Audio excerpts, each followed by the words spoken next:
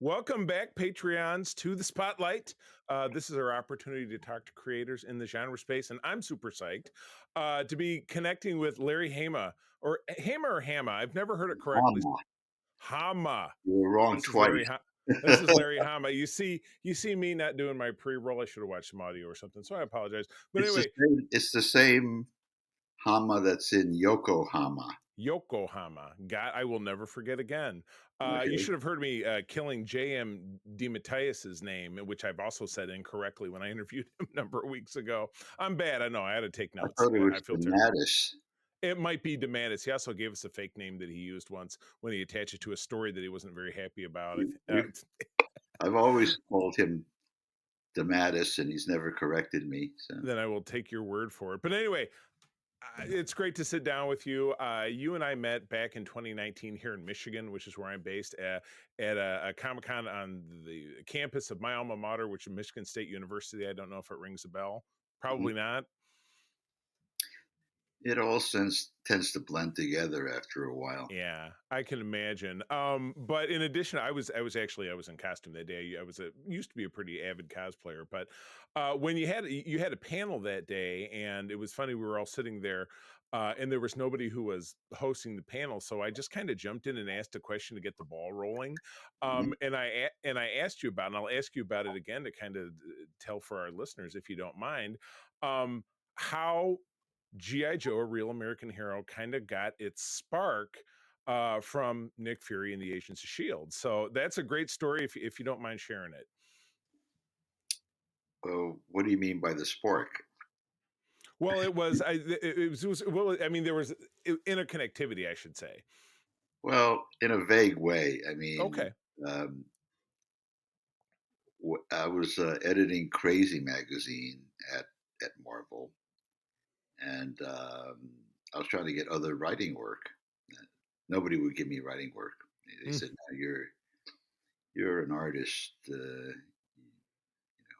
We can't have you guys writing because all the editors were writers." See, and letting the artists write would be like spitting in their own wallets. Oh, jeez. Um, so I proposed a new book uh, that was like uh, Nick Fury's son, who's a special operator working for a sort of organization like Delta, and I created like about 8 characters for that team. Um, a heavy machine gunner, a female intelligence officer, so on and so forth. And they had a secret base under the chaplain's assistant school in Staten Island. Oh yeah. I even drew a diagram of the base, and I submitted it, and then it was flatly rejected. Oh, jeez. So I was just sitting around, and then when Hasbro came to Marvel and wanted to do a GI Joe book, um, I was still totally unsuccessful in being able to get writing work, even though I was a full editor at Right. the time. And um, they so Hasbro made this presentation to Marvel and said, like, we want Marvel to just do it. We are very good at doing toys, but we don't know jack about comics, and you guys are the best at doing comics, so we'll let you just do it. So it was a pretty open thing. I thought any writer would jump at that, but what I hadn't realized was that in those days, and still true today, the licensing fee comes off the top of the page rate. Ooh, ouch. So no A list or B list or even a C list creator, they'd be stupid to, to take on a project where they got paid less. Right. You know, No, I understand. if they're like an A list or B list guy at that time, they were getting plenty of work. So why would they take a pay cut to do Right. something that it was common knowledge in both the toy industry and the comics industry that a toy licensed book never lasted more than a year for a A number of reasons. yeah. First, all because they were crappy. You know? you And couldn't you get changed anybody, that, did you ever? you couldn't get anybody good to work on. You can't. When you think of like a pre GI Joe toy license comic, or any license comic. So Jim Shooter went to. Oh, before that, Jim Shooter had given me a letter of dispensation saying that I could write comics for other comic book companies while I was still an editor. This is unheard of.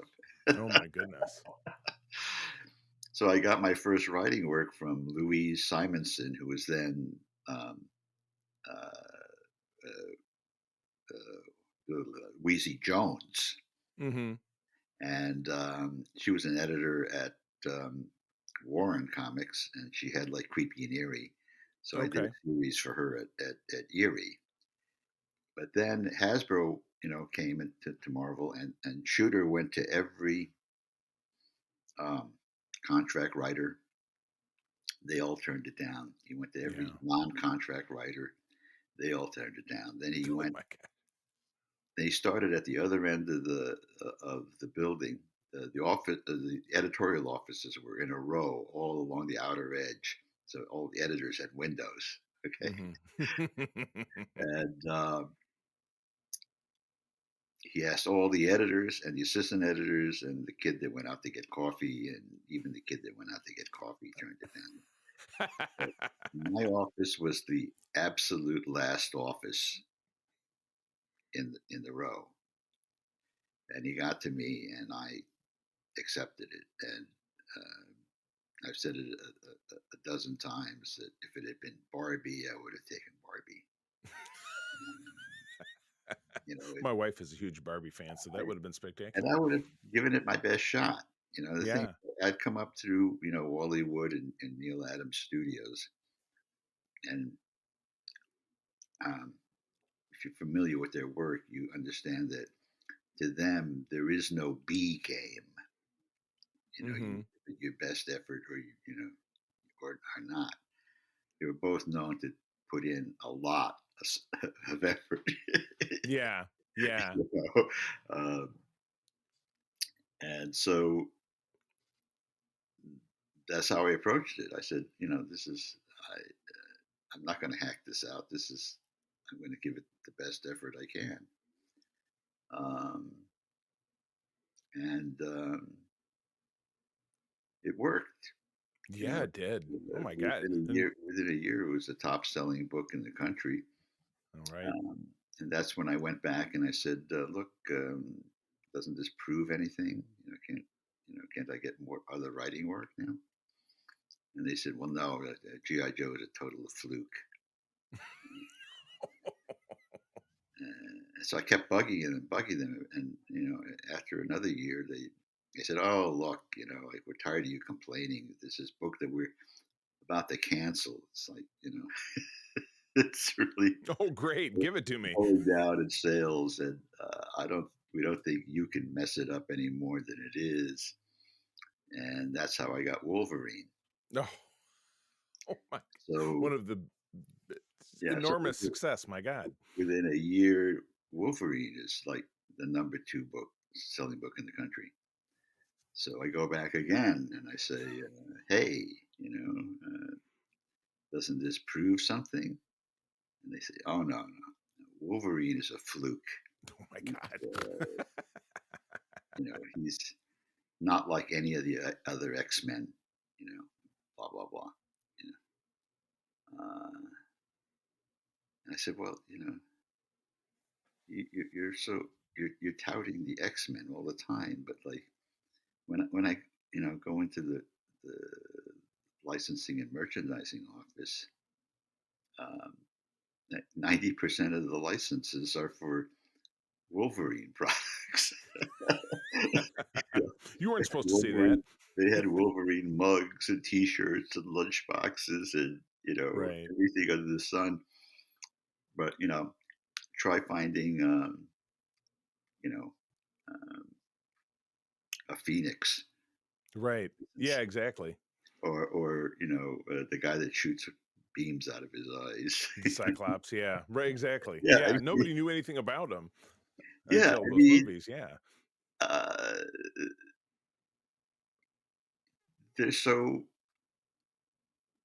they like sort of fell by the wayside when they started making the tentpole movies. You know, after a couple of you know X-Men movies, they figured out nobody's really interested in these other guys. And so subsequently, the next two X-Men movies were Wolverine movies. Yeah, you think? And then all the ones after that too until Yeah, so yeah. but the thing that held true was that uh, they told me when I was taking on GI Joe that if I took on a toy book, I would never be offered an A-list book again because uh, doing a licensed book is like the stamp of you know no good. Yeah. And The they were right. biggest book in the I industry. was never offered an A-list book at Marvel ever. Yeah. While God. it was an A-list book, you know, um, Yeah. I made a bunch of them into A-list books. Exactly. It's just crazy. I mean, the third book that they tried to pawn off on me because it was having really bad sales was the Avengers. Now the biggest movie franchise of all time. Yeah, Absolutely. so I mean, and during the entire 155 issue run at Marvel, I didn't get invited to a single major con, Wow. not The once. biggest book in the industry. And I never got a write up in any fanzine. I mean, it was Uh, as if all the books that I worked on didn't exist oh to the my gosh. gatekeepers fandom. Not even Wolverine. Wow. Which is just such an enormous character, even not Yeah, but you got to understand that the gatekeepers, there were a different generation of gatekeepers. right. I You get it. know? Yeah. And it wasn't until the kids, the 10-year-old kids that were actual readers, Hmm. got to be in their 30s and into their 40s that they had People like me. all this Yeah. disposable income, and they said, "Hey, you know, I'll buy a complete hardcover set." Right, exactly. I funded that Kickstarter last year, Right? which I think you might actually be able to see behind if I tilt to the side. It's right there. Yeah, Yeah, it's absolutely fantastic. yeah. But Be, if anybody had asked me in right. 1982, if somebody had told me that in 2020 something you would be able to sell a $300 Exactly. collection Beautiful leather brown, of looks like a Shakespeare, toy license book, Right. that would have been unheard of. In fact, the common sense knowledge in the toy industry was that no matter how good a toy line was, it couldn't last more than 3 years. Okay, because So they've had, arbitrary.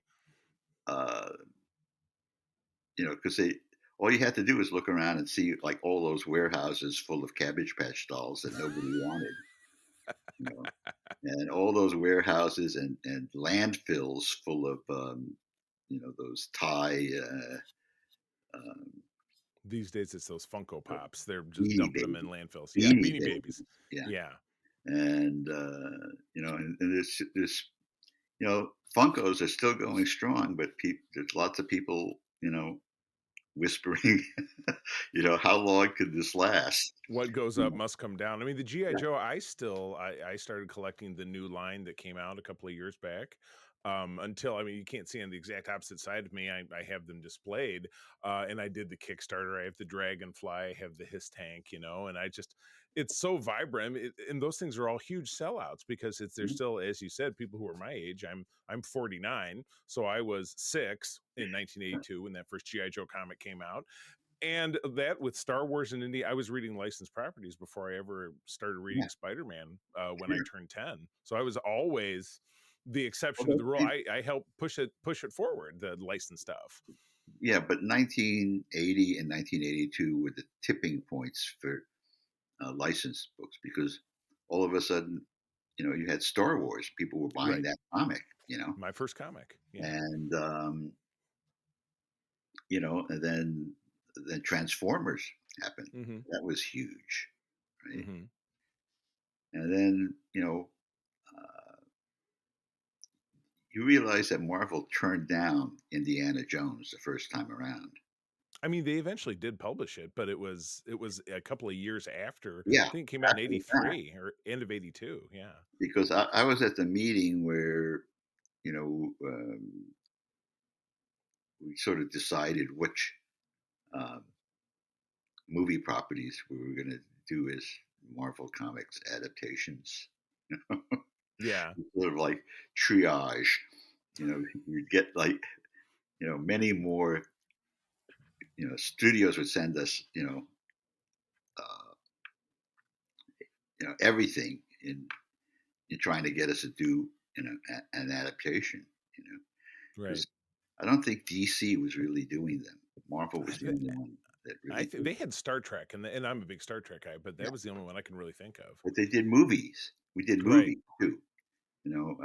We did like the James Bond movies and Right. stuff like that. And I also drew uh, that one that was a remake of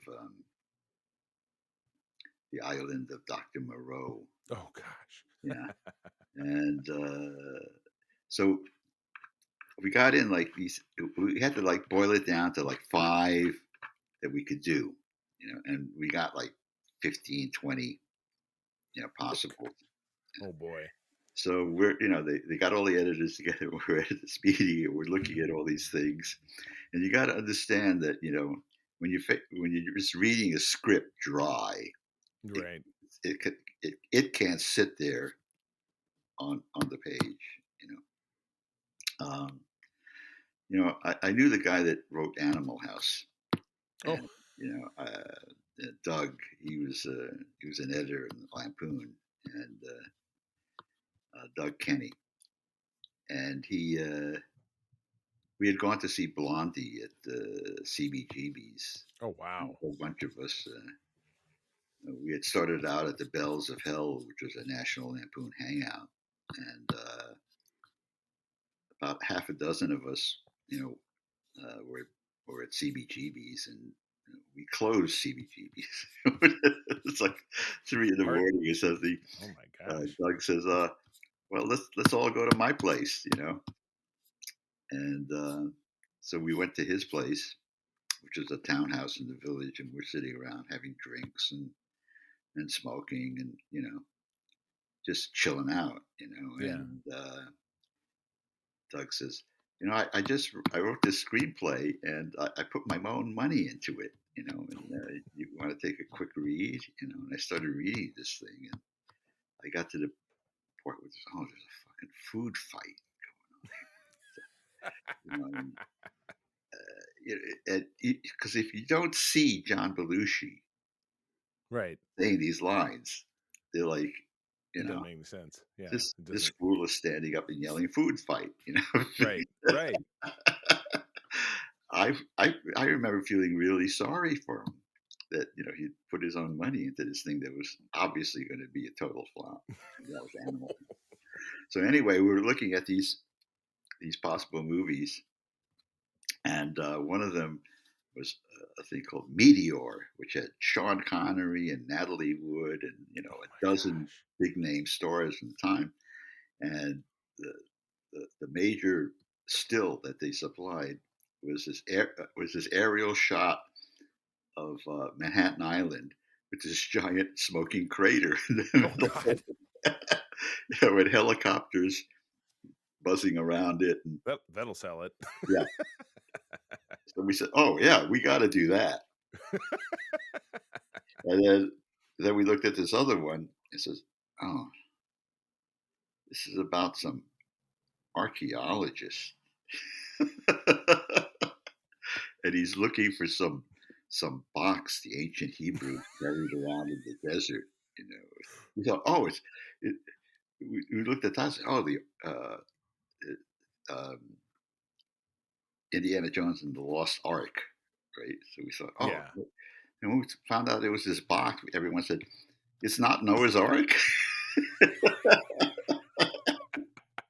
that would it's, have been some, easier to find. it's some stupid box, some magical box, you know, and and the bad guys are Nazis. Come on, give us a break.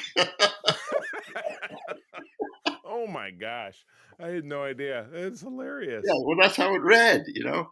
So Yeah. we rejected that and opted for Meteor instead. Well, it had that great visual, Yeah, smoke and crater. Yeah, it's just sell 'em the sizzle, not the steak, right? yeah, and had all these big name stores. Yeah. Oh my gosh, that is hilarious. So I'm still thinking about GI Joe because it's been 40, 43, 44 years since that ball got rolling, and you're Mhm. still writing it because you've got the new series because I've been reading it. And then you did 155 issues. There were special missions. Then you picked up and did another 150, and then it started again just recently. So you've written and you did most of that original Marvel run, with the exception of an issue here, an issue there, if I'm not Right. mistaken. Besides what might be, an obvious answer, like the two-parter with Snake Eyes or the Silent issue or something. What's a standout story or an issue that maybe you don't necessarily think about or talk about, that's one that you really loved? Well, obviously the ones that I really like are 21 and 26, which is Right, Silent Interlude and the origin of Snake Eyes. right. Um, I would say the Michael Golden yearbook really, Okay, yeah, the first one. yeah, where, Yeah, where their foes are the October Guard. yeah. And I remember we got a lot of bad mail on that from kids. It's the Russians. Mm. No, no, no, no. They didn't like the artwork.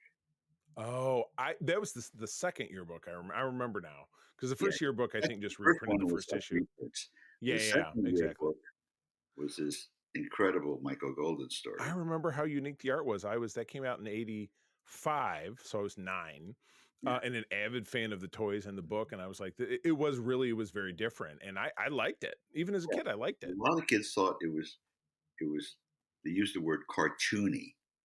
Maybe, but I don't think they took away from it. To a 10-year-old boy, cartoony means kitty. Maybe. Yeah. Yeah, it's the same reason why Hasbro didn't want to do Scarlet at first because they thought if it's a female, that's not an action figure, that's a doll, and Oh, you know, boy. no 10-year-old boy is gonna want to be caught dead playing with a doll. So Tish, tish. Forget about it. So, my partner was going to join us tonight, but he's my counterpoint and asked like the questions that are a little deeper. Do you remember the Marvel amalgam thing that happened in the yeah, late '90s? yeah, I did two of Yeah, them, I think. Yeah, yeah. There Mhm. was just a big omnibus that came out, and my partner bought it, and he wanted me to ask you about Dark Claw and Bat Thing. and which and who? He said I remember Dark Claw. I don't remember what Bat Thing is. My partner, he's not always so Oh, good that at thing. he's Yeah. not always so good at putting his thoughts together, but he wanted me to ask you, like, you spent so much time at Marvel, and then you're collaborating with DC in this instance. What was that like?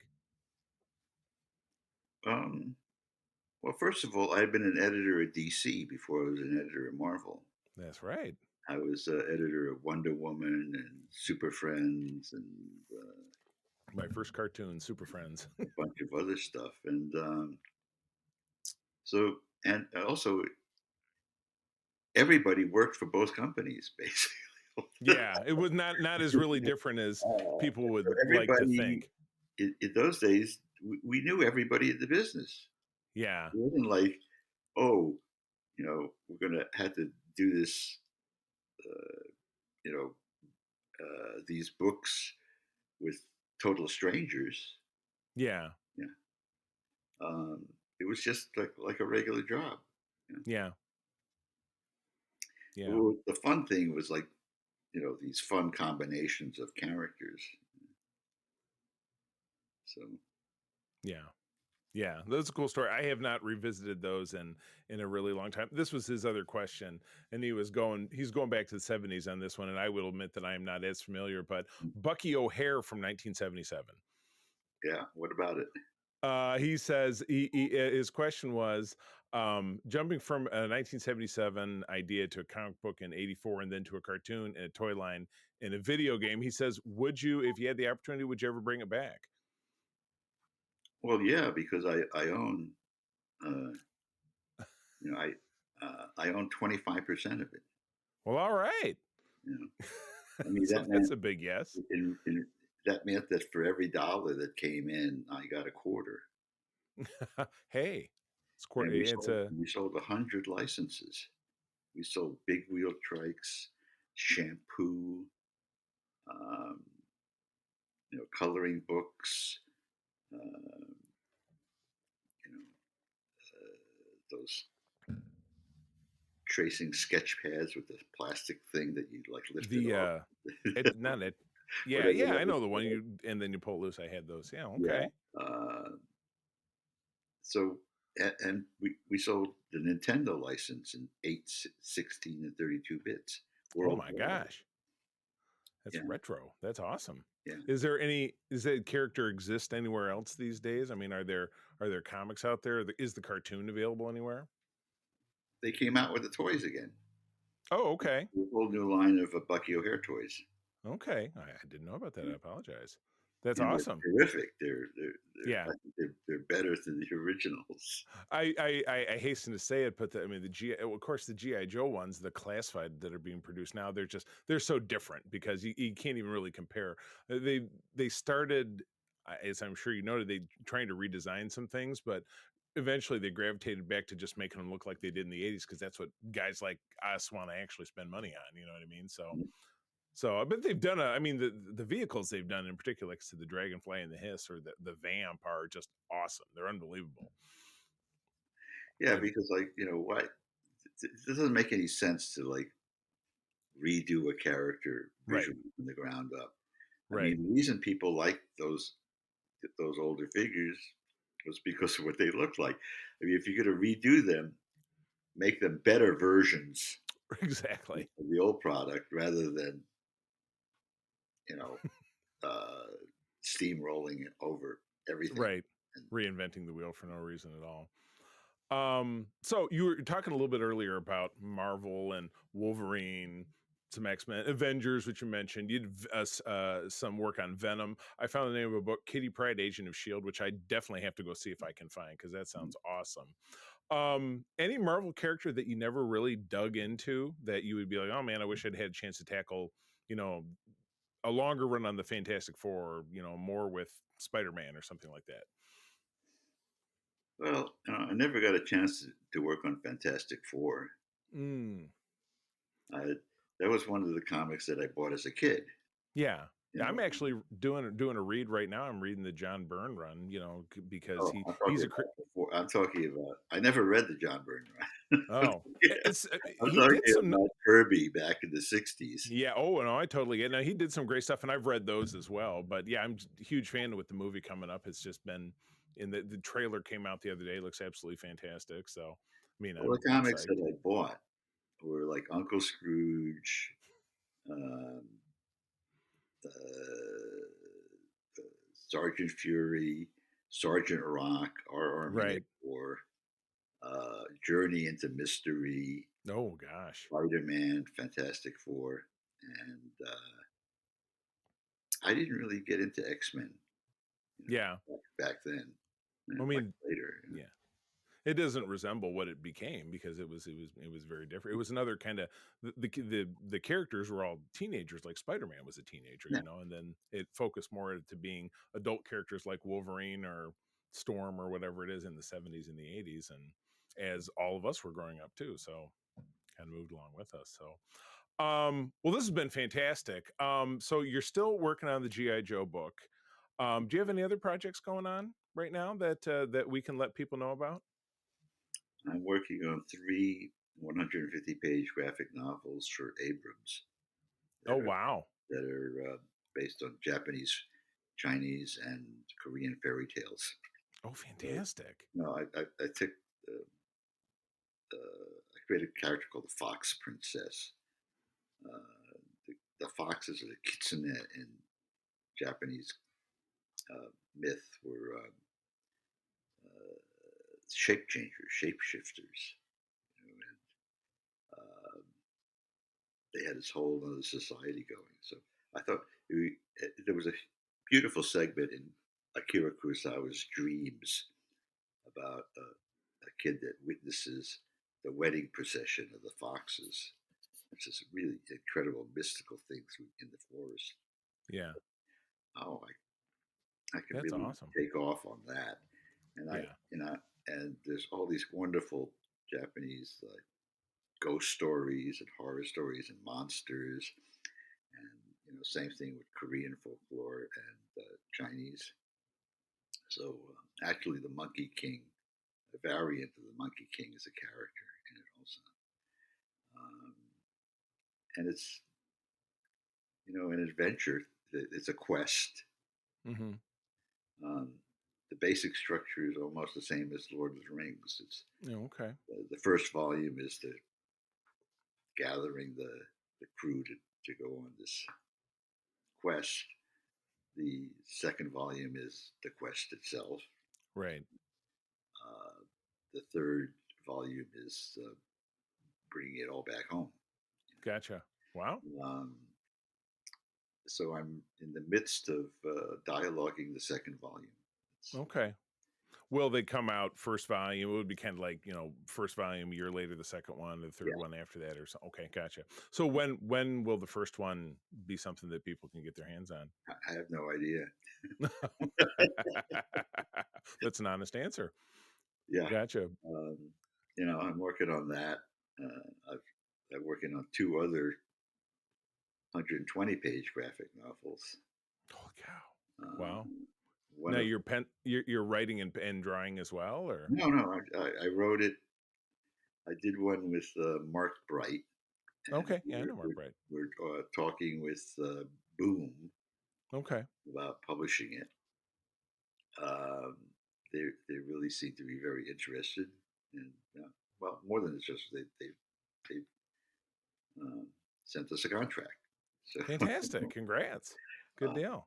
and that's a superhero uh, story that that Mark sort of came up with the base characters, and I sort of expanded on it and made it into a graphic novel. Gotcha. Unfortunately, Mark passed away last year, Mm. but he did finish the entire thing and one cover. So, Oh boy. Wow. Well, that will really be something when it hits the skids or when it comes out. That'd be totally awesome. So, well, this has been incredible. Thank you, man, so much for your time. Where do people? If you, it's funny. I would like to ask this question. If you want people to find you, where would people find you? Like on social media, for example. I have a Facebook page. Okay. I have a private Facebook page, and then I have sort of a fan page that's open Okay. to anybody. It's the fan page is Larry. Been faking it all my life, Hama. Right. I think I remember it. And I think that's how I found you. They had a combination of that and my interview with Tom DeFalco, and he and I talked. That's how I found you. Okay. But I'm very grateful for this opportunity to sit down with you. So thank you. I'll sign off, but I'll say, Patreons, thanks for tuning in. If you're listening to this on our free feed, listeners, do visit patreon.com/Secret Friends Unite. You can try us out for 7 days for free and listen to great conversations like this one I've had with Larry Hama. Larry, have a great evening. Thank you Hama. for making the time. Hama. Hama. Too many years of saying it the wrong way. Larry Hama. Hama. Hama. Have a great night. Thank you so much. Okay. Good Bye. night. This podcast is part of the Secret Friends Unite podcasting network, available on Apple Podcasts, Spotify, and podcast services around the galaxy, as well as video on our YouTube channel. You can support Secret Friends Unite by becoming a Patreon member, get bonus programs and more over at patreon.com/secretfriendsunite. Join our Discord community for even more discussions on all things geek. For all the latest updates on Secret Friends Unite, make sure to follow us on Threads at secret.friends.unite and visit secretfriendsunite.com. Find our merchandise at TeePublic and Redbubble. Thanks for listening, and may the Force live long and prosper.